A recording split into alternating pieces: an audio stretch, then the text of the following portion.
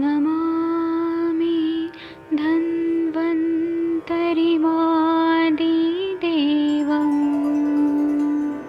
सुरासुरैर्वन्दितपादपद्मम् लोके जरारुभयमृत्युनाशम् दातारमीशम्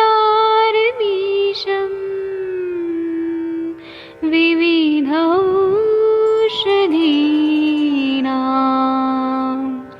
शङ्खं चक्रं जलौकां दधतं मृतघटं चारुतोर्भिश्चतुर्भिः सूक्ष्मस्वच्छादिरुद्यं शुकपरिविलसन्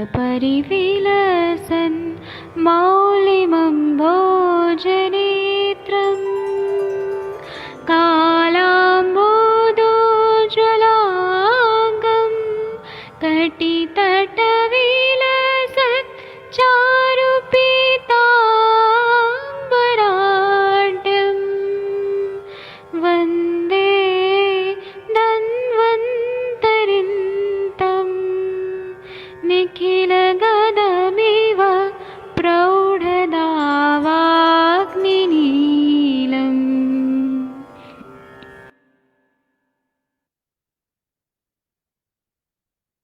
कोई भी सपना साकार करने के लिए सबसे जरूरी है सही कोच का होना। चुनिए आयुष दर्पण डिजिटल को और करे अपने क्लिनिकल आयुर्वेद सीखने का सपना साकार। Download the app now. नमस्ते, प्रणाम आप सभी को। मैं वैद्य नवीन जोशी आप सभी का आज के इस सायंकालीन सत्र में हार्दिक स्वागत और अभिनंदन करता हूं। आयुष दर्पण के डिजिटल ऐप पर ये शाम का 7 बजे का सत्र आपको लाइव मिलता है और हम नित्य आपको शाम को किसी न किसी साधारण सी जान पड़ने वाली औषधि, लेकिन आपकी प्रैक्टिस में बहुत प्रयोग में आने वाली औषधियों पर थोड़ी बहुत चर्चा करते हैं। ये सत्र आधे घंटे का होता है और आप इस सत्र को आयुष दर्पण के डिजिटल ऐप से ज्वाइन कर सकते हैं। तो आपने यदि अभी तक आयुष दर्पण का डिजिटल ऐप ज्वाइन डाउनलोड किया है तो आप गूगल प्ले स्टोर में जाएं और आयुष दर्पण के डिजिटल ऐप को जरूर डाउनलोड करें और हमारे 20,000 वैद्यों की उस टीम में शामिल हूं जो आयुष दर्पण डिजिटल ऐप पर इस लेक्चर को देखती है। और हाँ, यदि आप इस लेक्चर को फेसबुक पर देख रहे हैं तो आप इसे फेसबुक पर भी अधिक से अधिक अपने ग्रुप्स में शेयर करें। इसके साथ ही ये लेक्चर आधे घंटे के बाद आयुष दर्पण के यूट्यूब चैनल पर लाइव स्ट्रीम होता है। तो यदि आप वहां देख रहे हैं तो वहां भी आप इसे हमारे यूट्यूब चैनल को जरूर सब्सक्राइब करें और ठीक 8:30 बजे यही लेक्चर हमारे डॉक्टर नवीन जोशी नाम के यूट्यूब चैनल पर भी लाइव स्ट्रीम होता है। तो वहां भी आप जाएं और इस चैनल को सब्सक्राइब करें और हाँ, अधिक से अधिक लोगों को इसके बारे में बताएं। देखिए, ये हमारा सत्र पूर्णतया निःशुल्क है और ये आपके ज्ञानवर्धन के लिए किया जा रहा हमारी तरफ से प्रयास है, जिसका आप बहुत समय से मैसेजेस के द्वारा, व्हाट्सएप के द्वारा आप इसकी डिमांड कर रहे थे कि सर आप कब आएंगे, आप कब बताएंगे। तो लीजिए ना, हम आ गए आपके लिए। तो आज हम बात करेंगे अविपत्तिकर चूर्ण की। मैं देख रहा हूं कि आयुष दर्पण के डिजिटल ऐप पर आपका जुड़ना जारी है और इस सत्र की शुरुआत से पहले ही 100 लोग यहाँ ज्वाइन हो चुके हैं और आप जुड़ते जाइए, जुड़ते जाइए, जुड़ते जाइए। चलिए, मैं कुछ लोगों के नाम ले लेता हूँ। हमारे साथ में नीतू जी जुड़ती हैं हैदराबाद से, आपका बहुत बहुत स्वागत है। हमारे साथ में अनीता जी जुड़ती हैं बैंगलोर से, आपका बहुत बहुत स्वागत है। पंजाब से जसविंदर जी जुड़ते हैं, इनका आपका बहुत बहुत स्वागत है। और साथ साथ में हमारे साथ में इस वक्त आज जुड़ी हैं हारनीत जी, जो जुड़ रही हैं हमारे साथ में ग्रीस से, जिन्होंने बहुत सारे कोर्सेज लिए हैं। इसके साथ साथ में हमारे साथ में जुड़ती हैं इजराइल से डॉक्टर, मैं देख रहा हूं इनका नाम, डॉक्टर नाम लिखा है इन्होंने, कुछ पढ़ने में नहीं आ रहा है जी। नैन्सी एलिजर जी जो मूल रूप से महाराष्ट्र की हैं और इजराइल से जुड़ती हैं। इसी प्रकार से हमारे साथ में अमन सिंह जो है जुड़ते हैं ऊना से, इसी प्रकार से किशोर जी जुड़ते हैं हमारे साथ में अमरावती से, और साथ साथ में हमारे साथ जुड़ते हैं सादिक जी कन्नूर से, और केरला के कोट्टकल से जुड़ते हैं हमारे साथ में पी रामचंद्रन जी। तो देखिए केरल से लेकर के महाराष्ट्र, बंगाल से जुड़ते हैं हमारे साथ में विश्वास चौधरी साहब, और साथ साथ में बिहार के पूर्णिया से जुड़ते हैं रमेश कुमार सिंह साहब। तो चलिए आप सब जुड़ते जाइए, और कहाँ कहाँ से ये आप यहाँ पे लिखते जाइए चैट बॉक्स में। आयुष दर्पण के डिजिटल ऐप पर आपके चैट्स आ रहे हैं, आप चैट्स, आप अपने प्रश्न भी लिखेंगे, आज हम आपके प्रश्नों को भी शामिल करेंगे। और आप चिंता नहीं करिए, आप लोगों की बहुत आप लोगों का ये कहना होता है कि सर आप हमारे प्रश्नों के उत्तर नहीं देते हैं। देखिए मैं आपके उत्तर देने का प्रयास करता हूं, और जहां भी ऐप में मुझे चैट्स में जो आपके क्वेश्चंस आते हैं मैं उसको देता हूं, पर आपके बहुत सारे सवाल एक जैसे होते हैं, तो उन सवालों का उत्तर देना रिपीटेशन होता है, तो मैं आप सभी से माफी चाहता हूं, मैं उन सवालों को रिपीटेड मान करके उनको शामिल नहीं करता। ठीक है, और हाँ, आयुष दर्पण पर आपको और क्या क्या आप देखना चाहते हैं, क्या क्या सीखना चाहते हैं, ये हम सब आपके लिए लेकर आते हैं। आयुष दर्पण एक ऐसा प्लेटफॉर्म है जो आपको नाड़ी परीक्षा, मर्म चिकित्सा, पंचकर्म का प्रायोगिक अभ्यास, साथ साथ में अभ्यंगम, विद्ध कर्म और अग्निकर्म, संहिता पठन, और साथ साथ में वैद्यों के लिए वैद्यों द्वारा आयोजित क्लिनिकल संभाषा, बेसिक ऑफ आयुर्वेद, और हाँ साथ साथ में 7 डे आयुर्वेद में 1000 आयुर्वेद के ऐसे सटीक योग जो आपको हमारे राष्ट्रीय आयुर्वेद संस्थान के वैद्य बताते हैं। तो यहाँ क्वालिटी भी है, और यहाँ पर आपका प्यार भी है जो हमें जोड़ के रखता है। आयुष दर्पण का आप सभी को, आपकी हमारी टीम जो है, जो इसके पीछे मेहनत करती है, उस टीम का बहुत बहुत धन्यवाद जो आपके लिए ये सारा अरेंजमेंट करती है। तो चलिए आज हम अविपत्तिकर चूर्ण के बारे में बात करते हैं। तो देखिए भेषज रत्नावली का यह योग है, और मैं इसके बारे में कुछ चंद चुनिंदा शब्द जो संस्कृत में है, जिसे मैं बड़े आसानी से आपको बताता हूँ। अभिपतिकर चूर्ण के बारे में कहा गया है अम्ल पित्तम निहंतु आसु, यानी कि एक ऐसी औषधि जो अम्ल पित्त को जल्दी से ठीक कर दे। दूसरा कहते हैं विबंधम मलमूत्र यो हो, यानी जो मल और मूत्र के विबंध को दूर करे। अगला अग्निमांदम प्रमेहम दुर्नामनासनम, कहते हैं कि जो जो अग्निबांध को ठीक करे, साथ साथ जो प्रमेह है, जैसे मूत्र रोगों में जिसका आप उपचार में प्रयोग कर सकते हैं, और दुर्नाम नाशनम, दुर्नाम नाशनम का अर्थ है कि आप पुराने से पुरानी बीमारियों में भी इसका प्रयोग आप कर सकते हैं। तो चलिए आप लोग जो फेसबुक पे देख रहे हैं, आप लोगों के भी हम कमेंट्स यहाँ पर लेंगे जो लाइव में आ रहे हैं, और ये जो हमारे यूट्यूब चैनल पर अभी थोड़ी देर बाद आएगा, वहां पर आप अपने कमेंट्स छोड़ सकते हैं।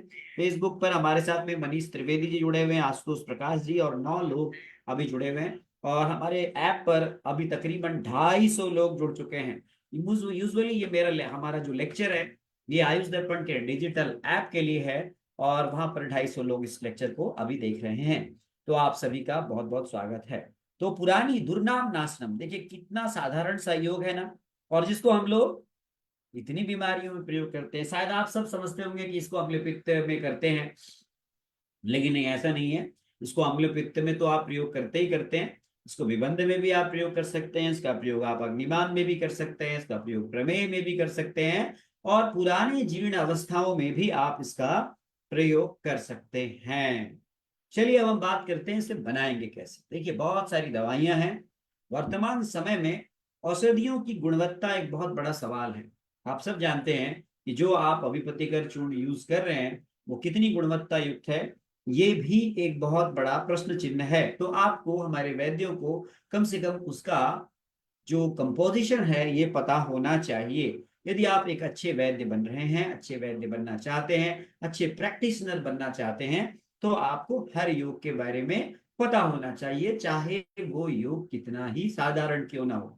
मैं काय चिकित्सक हूं, लेकिन मैं भी प्रयास करता हूं कि हम अपने उन साधारण फॉर्मुलेशंस को जरूर याद रखें, जरूर समझ के रखें, और बार बार रिमाइंड करने से न, कहते हैं करत करत अभ्यास के जड़मति होत सुजान और रसरी यावत जातते सिल पे परत निशान। तो आइए हम जानते हैं इसमें क्या क्या चीजें मिली हुई है।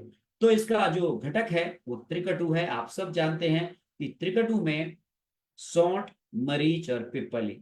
तो आपको बताने की जरूरत नहीं है कि पिपली और मरीच और सौंठ, सौंठ जो है वो ड्राई जिंजर है, जिसे आप सब जानते हैं जिंजिबर ऑफिसिनेल कहते हैं। और मरीच आप सब जानते हैं पाइपर नाइग्रम है, जिसका फल लेते। साथ साथ में जो है और पिपली, सौंठ, मरीच और पिपली। तो पिपली आप जानते हैं पाइपर लॉन्गम, इसके बारे में आपने कई दवाओं में इसका प्रयोग, मैंने जो पहले भी चूर्ण बताए हैं उसमें आपने पिपली का प्रयोग जाना है। इसके अलावा त्रिफला, तो त्रिफला के 3 घटक द्रव्य आप सब जानते हैं। हरितकी, जिसे हम लोग टर्मिनेलिया जो है चिबुला कहते हैं, विभीतिकी जो टर्मिनेलिया बेलरिका कहलाती है, और आम्लकी जिसे आप सब जानते हैं इंडियन गूसबेरी या आंवला कहते हैं, और इम्लाइका ऑफिसिनालिस भी इसे हम कहते हैं, इसका प्रयोग करते हैं। इसके अलावा इसमें मुस्ता एक प्रमुख घटक द्रव्य है, जिसका प्रयोग बहुत सारे अभियोगों में जो पहले मैंने बताए हैं उनमें आपने मुस्ता का प्रयोग जाना है, जिसे लैटिन में साइपरस रोटंडस कहते हैं। इसके अलावा विड नमक, विडन, साथ में एला इलायची, और साथ में हम तमाल पत्र साइनोमम तमाला, लौंग जो आप जानते हैं लौंग की कली, त्रिवृत, और साथ में शर्करा, ये सभी का ये एक योग है जिसे हम लोग अविपत्तिकर चूर्ण के रूप में जानते हैं। तो ये अविपत्तिकर चूर्ण का एक प्रकार से मैंने आपको एक कॉन्स्टिट्यूएंट्स जो इसके हमने ये बताया कि इसके क्या क्या इंग्रेडिएंट्स हैं। आइए अभी अब आपको हम ये बताते हैं कि अविपत्तिकर चूर्ण हम कहाँ कहाँ यूज कर सकते हैं, इसके क्या फायदे हो सकते हैं, ये क्या क्या इसके नुकसान हो सकते हैं। देखिए अक्सर जो है हम लोग इसका प्रयोग जो है एक हर्बल रेमेडी के रूप में करते हैं, जहां पर एसिड पेप्टिक डिसऑर्डर की जैसी संभावना हो, जहां गैस्ट्राइटिस जैसी संबंधी कोई प्रॉब्लम हो, या फिर हम यूं कहें कि जहां पर हमारी जो जठर है वहां पर अम्लीयता बढ़ गई हो, है ना। तो इस प्रकार की समस्याओं को दूर करने में हम लोग सदियों से अविपत्तिकर चूर्ण का प्रयोग करते आ रहे हैं।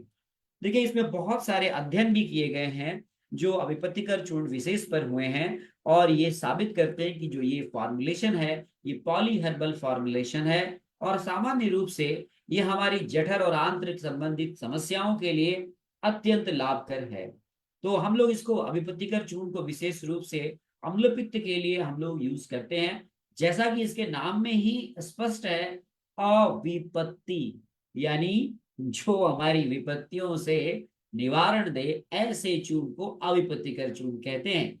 तो आप गैस्ट्राइटिस हो, गैस्ट्रिक अल्सर हो, या फिर हमारी अग्नि से संबंधित, जठर से संबंधित समस्याएं हो, वहां पर आप इसका प्रयोग कर सकते हैं। 14 इसमें औषधियों का मूल रूप से समावेश है।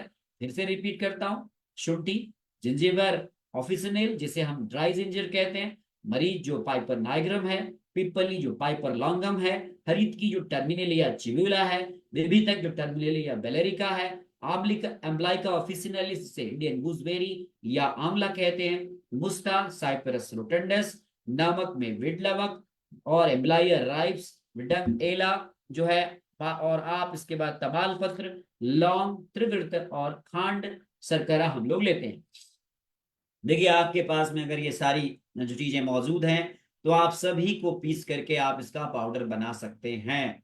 आप you can prepare all these medicine, you can take all these medicine, ये सब आप इसमें मिला सकते हैं। लेकिन ध्यान ये रखना है कि इसका जो 50% हिस्सा है वो खांड से है। तो खांड यानी कि आप जानते हैं खांड शर्करा से जो बनता है, इसको हम लोग व्यापक रूप में इस्तेमाल करते हैं। दूसरा जो सबसे जो ज्यादा घटक है, इसका प्रमुख घटक, वो त्रिवृत है, त्रिवृत। और साथ साथ आप देखेंगे 33.33% है, और लौंग जो है इसका तीसरा बड़ा घटक है। साथ साथ में बाकी जो हम कहते हैं लौंग की जो मात्रा है वो 8.33% है, और बाकी जो 11 बाकी जो ड्रग्स हैं वो न्यूनतम मात्रा में है। तो आप इसमें सबसे ज्यादा क्या है, इसमें तो 50% खांड शर्करा है, और आप यूं कहें कि 33.33% जो है वो अपरकुलिना टर्पेतम जिसे त्रिवृत कहते हैं वो है। लौंग इसका तीसरा बड़ा घटक है जो 8.33% है, और बाकी जो 11 घटक हैं उनकी मात्रा जो है वो 1/11 है, यानी कि वो सबसे न्यूनतम मात्रा में है।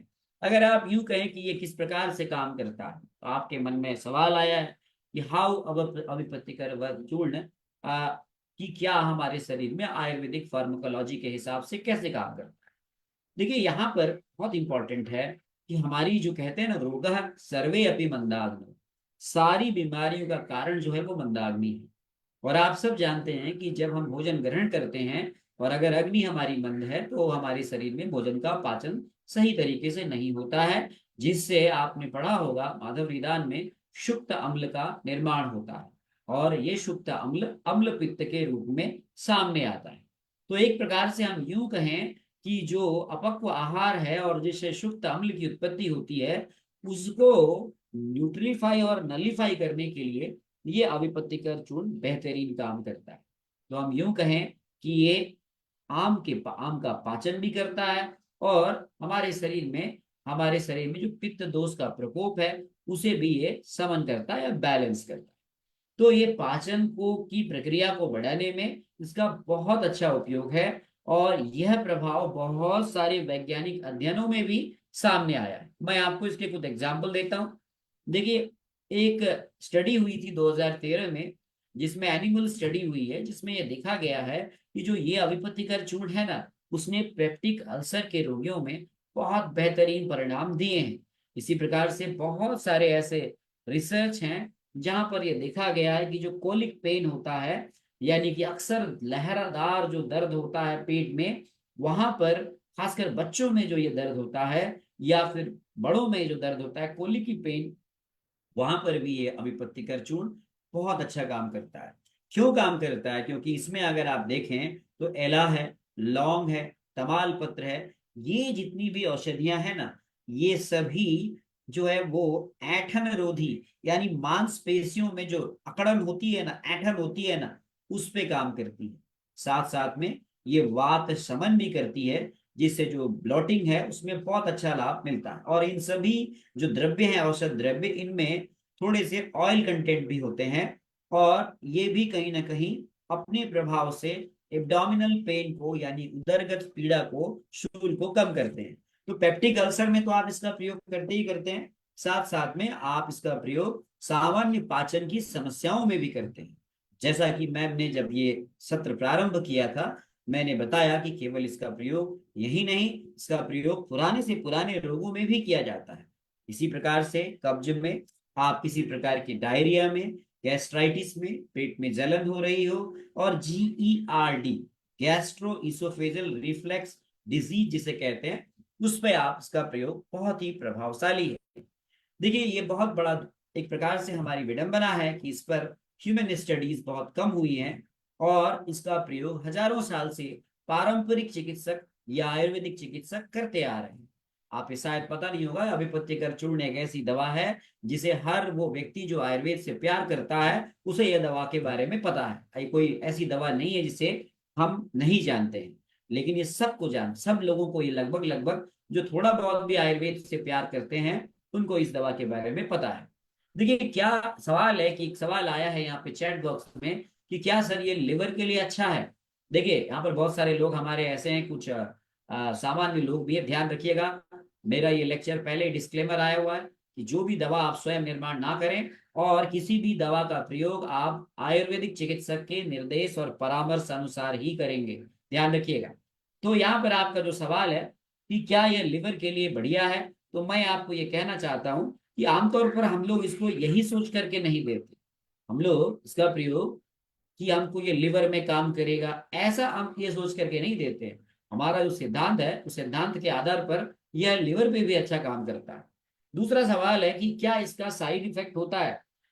बहुत बढ़िया सवाल है आपका, और मैं सवाल सुन के बड़ा प्रसन्न हुआ कि आपने ये पूछा है कि आयुर्वेद की दवा का साइड इफेक्ट होता है कि नहीं होता। दुष्प्रभाव की बात आपने शायद की है, एडवर्स इफेक्ट की बात की है। देखिए, मैं आपको ये बताना चाहता हूँ कि हर दवा का साइड इफेक्ट होता है। यदि किसी दवा का साइड इफेक्ट नहीं होता तो उसका इफेक्ट नहीं होता। साइड इफेक्ट क्या होता है? यदि मान लीजिए मैंने किसी औषधि को किसी कार्य विशेष के लिए दिया है, तो वो औषधि शरीर में जाकर के अन्य कार्य जो संबंधित हैं उस औषधि से वो भी करती है। तो जो अन्य कार्य हुए उसे हम क्या कहते हैं, सह प्रभाव कहते हैं। तो सह प्रभाव या साइड इफेक्ट जिसे आप कहते हैं, ये हर दवा का होता है। इवन जो हम भोजन लेते हैं ना, उसका भी साइड इफेक्ट होता है। यहाँ पर जो आपका प्रश्न है कि इसका एडवर्स इफेक्ट क्या होता है, दुष्प्रभाव क्या होता है, देखिए इसका दुष्प्रभाव जो है, हम ये कह सकते हैं कि इसके बारे में हमें कोई जानकारी नहीं है, और हम ये कह सकते हैं कि इसका कोई दुष्प्रभाव नहीं होता है, क्योंकि अभी तक कोई ऐसा टॉक्सिक इफेक्ट या कोई ऐसा एडवर्स इफेक्ट नहीं देखा गया है। और लेकिन हम ये भी नहीं कह सकते कि आप बगैर चिकित्सक के निर्देशन के इसका प्रयोग करें। ये भी ध्यान रखना है कि यदि आपने इसका बगैर किसी डॉक्टर की, आयुर्वेदिक डॉक्टर की सलाह के प्रयोग किया, तो यकीन मानिए कि इसका दुष्प्रभाव भी होता है। इसीलिए आप डॉक्टर से निर्देशन में ही इसका प्रयोग करें। तो अब यहाँ पर सवाल है, एक सवाल आया है कि क्या यह भूख बढ़ाता है। मैंने पहले ही कहा कि ये पाचन की प्रक्रिया को बढ़ाता है और ये भूख को यानी हमारी अग्नि को बढ़ाता है। अभी यहाँ पर कविता जी का सवाल है। कविता जी, आप पूना से हैं। आप पूछ रहे हैं कि यहाँ पर आपका फिर से वही सवाल है कि इस औषधि का प्रयोग गर्भिणी स्त्री में हम कर सकते हैं या नहीं कर सकते। देखिए, गर्भिणी स्त्री में आप कर सकते हैं, ऐसा कोई नोन, ऐसा कोई हम ये नहीं कह सकते कि इसका जो है गर्भिणी स्त्री में कोई दुष्प्रभाव है या कोई ऐसा प्रभाव जो नोटिस किया गया है। अपने चिकित्सक के परामर्श से, यदि आपके चिकित्सक का विवेक है और उसे लगता है देना चाहिए, तो वो दे सकता है। यहाँ पर बहुत सारे सवाल आए हैं कि विपत्तिकर चूर्ण को प्रयोग करते समय हमें क्या सावधानियां रखनी चाहिए। ये बहुत अच्छा सवाल है। देखिए, गर्भावस्था या स्तनपान करने वाले शिशुओं में ये सुरक्षित है या नहीं है, ये बहुत ऐसा कोई रिसर्च तो है नहीं, पर आप अपने जो भी प्रिस्क्राइब कर रहे हैं जो दवा, उससे आप कंसल्ट कीजिए, है ना।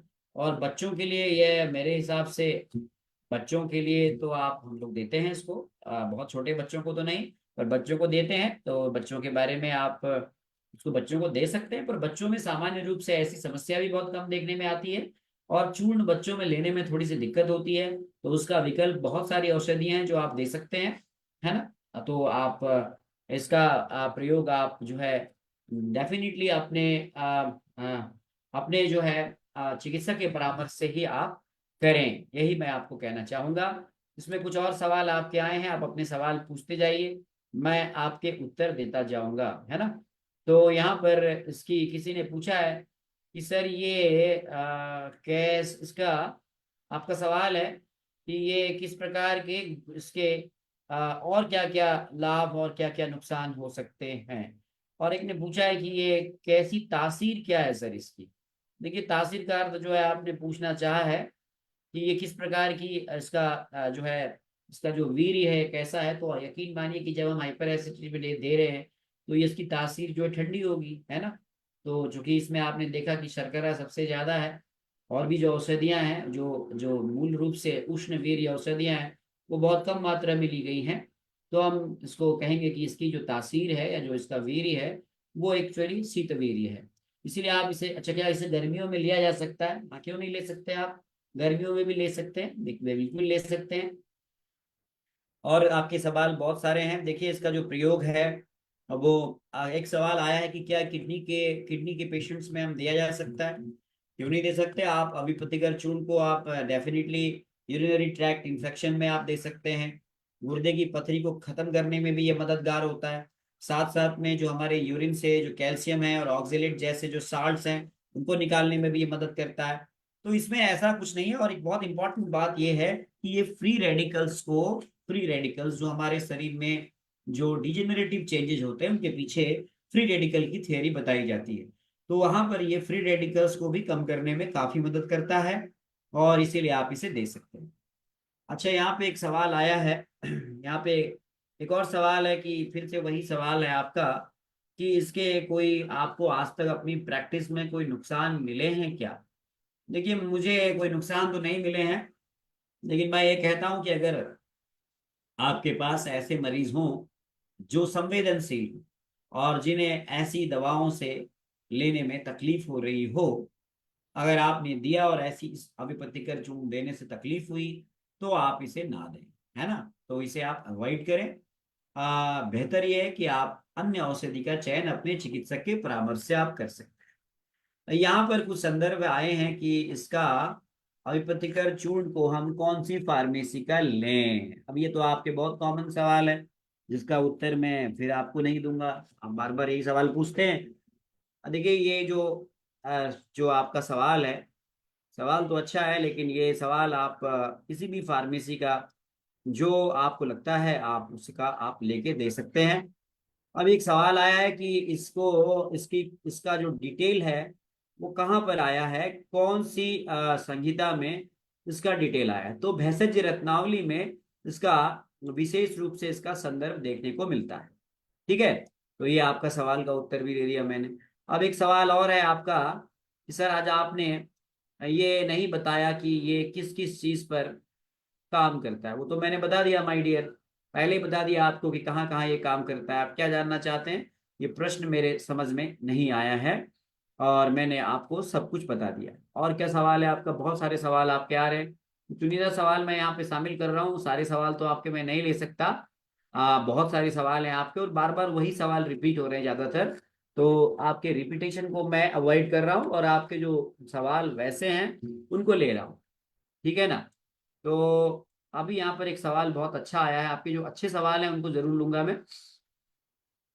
यहाँ पे एक सवाल आया है कि सर ये बताइए कि ये कैसे काम करती है। हाँ, और मतलब आप द्रव्यानुसार इसका आप जानना चाहते हैं कि ये कौन सी फार्माकोलॉजिकल प्रॉपर्टी जिसके द्रव्य रखते हैं। बहुत अच्छा सवाल है आपका। तो चलिए मैं बता देता हूँ। जो इसमें ड्राई जिंजर है, शुंठी है, अगर आप देखें तो उसका रस कटु है, उसका गुण आप देखें तो लघु स्निग्ध है, वीर्य उष्ण है, विपाक मधुर है, और दोषज्ञता देखेंगे आप तो ये वात कफ शामक है। इसका कर्म शोधहर है, वेदना स्थापन है, रोचन है, दीपन है, पाचन है, तृप्तग्न है, वातानुलोमन है और शूल प्रशमन है, और अर्शोग्न भी है और ग्राही भी है। और इसकी मात्रा अविपत्तिकर चूर्ण में 0.76% है। ठीक है। जो मरीच है ना, मरीच का रस कटु है, मरीच लघु लघु तीक्ष्ण और रुक्ष गुणयुक्त है, इसका वीर्य उष्ण है। ये अगर आप इसका दोषज्ञता देखेंगे तो ये कफवात सामक है, और ये लाला श्राव जनक और दीपन है। साथ साथ पाचन, वातानुलोमन और कृमिग्न भी है। और इसकी आप अगर मात्रा देखेंगे टोटल अभिपत्तिकर चूर्ण के इंग्रेडिएंट्स में तो ये 0.76% है। पिप्पली के बारे में आप जानना चाहेंगे तो पिप्पली जो है वो कटु रस युक्त है, गुण इसका लघु स्निग्ध तीक्ष्ण है, वीर्य इसका हम कहते हैं अनुष्ण शीत है, विपाक मधुर है, दोषज्ञता देखेंगे तो कफवात सामक है, कर्म दीपन है, वातानुलोमन है, शूल प्रशमन है, मृदु रेचन है, कृमिग्न है और मूत्रल है। और अभिपत्तिकर चूर्ण में इसकी मात्रा 0.76% है। हरितकी आप सब जानते हैं, कदाचित कुप्यते माता नोदरस्ता हरितकी। ये रस में कषाय, तिक्त मधुर कटु अम्ल, गुण में लघु रुक्ष, वीर्य में उष्ण, विपाक में मधुर, दोषज्ञता में त्रिदोष शामक, कर्म में दीपन, पाचन, शोधर, वेदना स्थापन, अनुलोमन, मृदु रेचन और मूत्रल है। और इसमें इसका रेशियो भी 0.76% है। और अगर आप विभीत की देखें तो ये कषाय रस प्रधान है, ये रुक्ष है, लघु है, गुणयुक्त है, उष्ण वीर्य है, मधुर विपाक है, दोषज्ञता देखें तो त्रिदोष शामक है, और खासकर ये कफ शामक है। और देखें कर्म में तो दीपन, भेदन, शोधर, वेदना स्थापन, अनुलोमन, मृदु रेचन, मदकारी और ग्राही है। और इसका प्रतिशत भी 0.76% है। आंवला जो है एम्लाइका ऑफिसिनालिस, अम्ल रस, मधुर रस, कसाय रस, तिक्त कटु, गुण में गुरु रुक्ष शीत, वीर्य में शीत, विपाक मधुर, दोषज्ञता त्रिदोष शामक है और 0.76% है। मुस्ता आप सब जानते हैं, रस तिक्त कटु कषाय है, गुण लघु रुक्ष है, वीर्य शीत है, विपाक कटु है, दोषज्ञता कफ पित्त शामक है, कर्म दीपन, पाचन, ग्राही, सोतर और मूत्रल है। 0.76% इसकी भी मात्रा इसमें है। विड लवण अगर आप देखें तो ब्लैक साल्ट ये क्षार है, और उसका जो रस है वो क्षार है, लघु रुक्ष तीक्ष्ण उष्ण व्यवाही गुणों से युक्त है, वीर्य उष्ण है, विपाक कटु है, दोषज्ञता कफवात सामक है, दीपन रोचन कर्म है, वातानुलोमन और शूलहर है। 0.76% इसकी रेशियो अभिपत्तिकर चूर्ण में पड़ा हुआ है।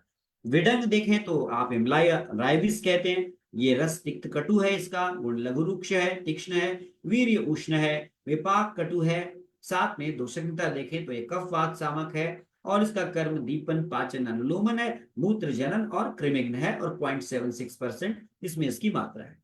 एला जो है इलायची, जिसे एलेटेरिया कार्डमोम कहते हैं, ये रस में कटु मधुर है, गुण लघु है, वीर्यशीत है, विपाक मधुर है, दोषज्ञता त्रिदोष शामक है, कर्म दीपन पाचन रोचन है, अनुलोमन है, हृदय है और मूत्र जनन है, 0.76% है। पत्र जिसे हम साइनोमम तमाल या तमाल पत्र कहते हैं, वो रस कटु मधुर है, गुण लघु पिक्षिल तीक्ष्ण है, वीर्य उष्ण है, विपाक कटु है, दोषज्ञता कफवात सामक है, कर्म विषग्न, मूत्रोक्त साधन, वस्ति दोषग्न, दीपन और मूत्र जनन है और इसकी प्रतिशत मात्रा भी 0.76% है। लौंग साइजोगियम एरोमेटिकम, जिसको आप जानते हैं, रस इसका कटु तिक्त है, गुण लघु तीक्ष्ण है, वीर्य शीत है, विपाक कटु है, दोषज्ञता कफ पित्त शामक है, कर्म दीपन पाचन रुचि है, वातानुलोमन है, कृमिघ्न शूल प्रशमन, मूत्रलाम पाचन और व्रण रोपण है। हाँ, इसकी मात्रा जो है वो 8.33% है। लेकिन जो सबसे ज्यादा प्रतिशत में अविपत्यकर चूर्ण में जो घटक है वो है त्रिवृत। त्रिवृत जिसे ऑपरकुलाइना ट्रिपेथम कहते हैं, जी हाँ, जिसका मूल लेते हैं हम लोग। जो रस है इसका वो कटुतिक्त मधुर कषाय रस है, गुण लघु रुक्ष और तीक्ष्ण है, वीर्य उष्ण है, विपाक कटु है, दोषज्ञता अगर आप देखें तो पित्त कफ संशोधन है, कर्म सुख विरेचक है, भेदन है, रेचन है और शोधर है। और हाँ, इसकी मात्रा जो है वो 33.33% है। जी हाँ, तो आप ये कहें कि अभिपत्तिकर चूर्ण में सेकंड सबसे ज्यादा परसेंटेज है वो किसका है, तो वो त्रिवृत का है। देखिए, ये जो हमारे स्टूडेंट्स हैं जो तैयारी करते हैं उनको ये पता होना चाहिए। लेकिन सबसे ज्यादा मात्रा जो अभिपत्तिकर चूर्ण में है वो किसकी है, वो खांड शर्करा की, नहीं, जिसे हम आप जानते हैं शर्करा सैकरम ऑफिसिनेरम हम इसे लैटिन में कहते हैं। मधुर रस प्रदान है, स्निग्ध है, वीर्य शीत है, विपाक मधुर है, दोषज्ञता जो है वो वात पित्त शामक है, कर्म इसका बल्य ब्रह्मण और चक्षुष्य है, वृश्य और हम कहते हैं वृश्य प्रभाव है। 50% जो है अभिपत्तिकर चूर्ण में वो खांड शर्करा है। न आपको बहुत सारे लोग अभिपत्तिकर चूर्ण तो प्रयोग करते होंगे, पर आपको अभिपत्तिकर चूर्ण का आप यूं कहें कि परसेंटेज वाइज सबसे ज्यादा क्या है शायद आपको पता नहीं होगी। तो आज आपको इस लेक्चर के बाद ये पता चला कि 50% इसमें खांड शर्करा है और 33.33% जो है वो क्या है, वो त्रिवृत मूल है। बाकी 8.33% हम इसमें हमने लौंग लिया है और अदर जितने भी द्रव्य हैं वो 0.76% इसमें है। तो है ना आपकी काम के लिए काम की जानकारी। तो देखिए, इसमें मेजर क्या है, खांड शर्करा है। तो खांड शर्करा जो होती है ना, ये मधुर रस युक्त होती है। मैं आपको बहुत अच्छे से समझा रहा हूं ताकि देखिए, योग साधारण भले ही है पर आपको जानकारी पूरी होनी चाहिए। मधुर रस है, स्निग्ध गुण है, शीत वीर्य है, मधुर विपाक है। और हाँ, ये हमारे जो हम कहते हैं ना विदग्ध पित्त, जिसे हम कहते हैं जो पित्त विदग्ध हो गया है, नहीं, जो हृत कंठ दाह करता है, जो एक प्रकार से तिक्त अम्लोदगार करता है, हृलास करता है, प्रसेक करता है, छर्दी उल्टी करता है, ऐसे में भाव प्रकाश ने इस योग को बहुत बेस्ट कहा है कि खांड शर्करा जो होती है ना, उसके अपने लघु रुक्ष उष्ण तीक्ष्ण गुण जो दूसरे ड्रग्स की है, खासकर लौंग की जो ड्रग की जो उसके अन्य द्रव्यों, जैसे आप लौंग में जो गुण है ना, उसको क्या कर देती है, ये कंपनसेट कर देती है। क्योंकि देखिए, यहाँ पर बहुत सारे ऐसे औषधियों के इंग्रेडिएंट्स हैं जो हमारे पित्त को बढ़ाने में काम कर सकते हैं, लेकिन खांड की शर्करा अपने गुणों से उसको काउंटर कर देती है। इसीलिए हमारे यहाँ एकल द्रव्य औषधि की बात ही नहीं की जाती, हमारे यहाँ औषधियों के कल्प की बात की जाती है। अगर अभिपतिकर चूर्ण है ना, तो इसमें भी कई सारे इंग्रेडिएंट्स हैं और इसमें ज्यादा खांड शर्करा।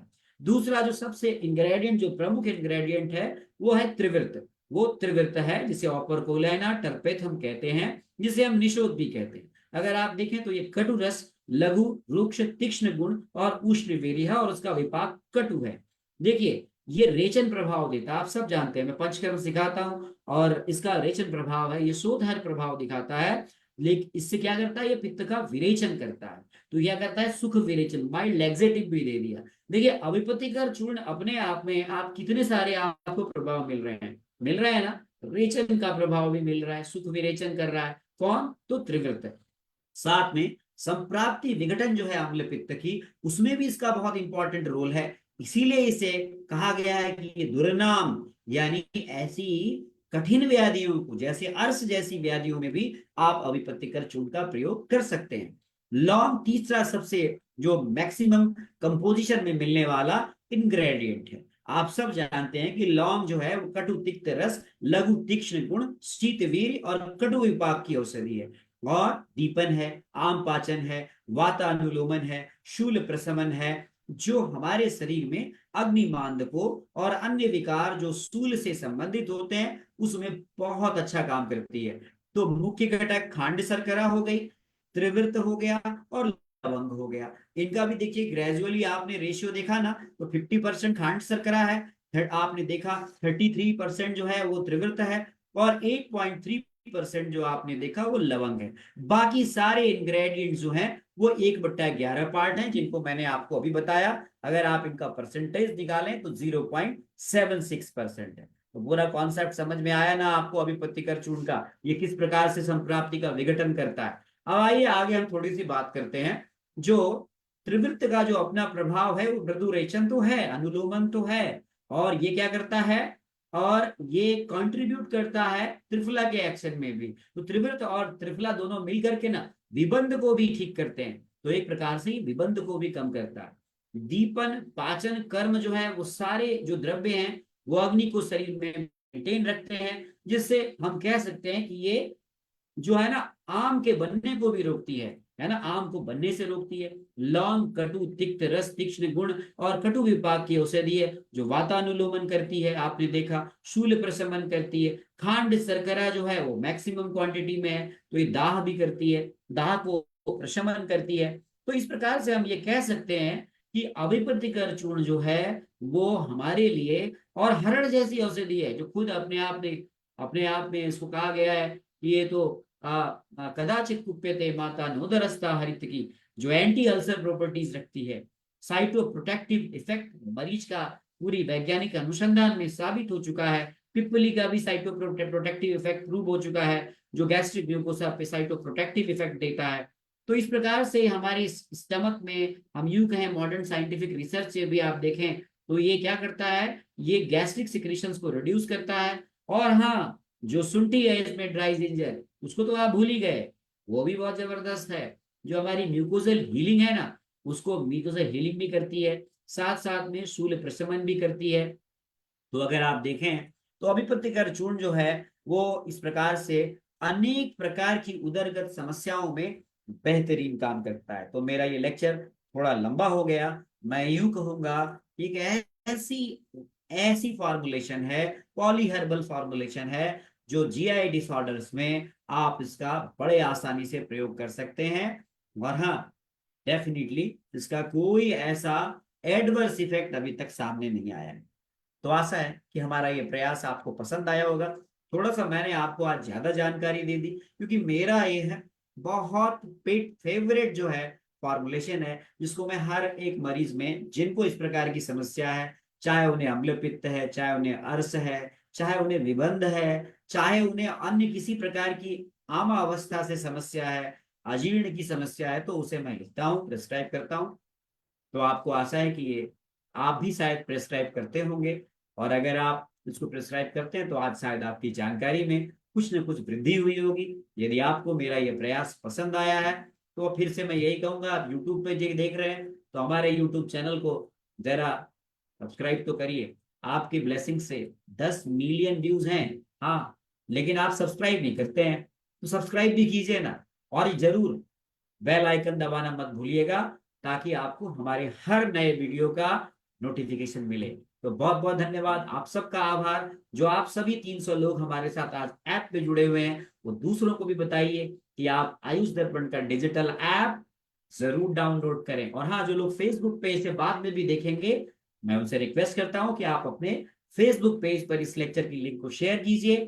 हाँ, आप में से किसी ने लिखा है कि सर आप बहुत अच्छा पढ़ाते हैं। नहीं नहीं, मैं कुछ अच्छा नहीं पढ़ाता हूँ, मैं क्या अच्छा पढ़ाऊंगा, ये तो आपकी समझ है, आपको मेरी बात अच्छे से समझ में आती है, तो अच्छी बात है ना। आपको आप आपको अच्छा लग रहा है तभी तो मैं पढ़ा रहा हूँ। यदि आप 250 लोग 300 लोग आज नहीं जुड़े होते ऐप पे तो मैं क्यों आता। और आपके हजारों कमेंट्स आ रहे थे कि आप सर क्यों नहीं आते हैं, आप क्यों नहीं पढ़ाते हैं 7 बजे। तो मैं आ गया ना आपके लिए। थैंक यू, नमस्ते, प्रणाम आप सभी को, धन्यवाद, नमस्ते।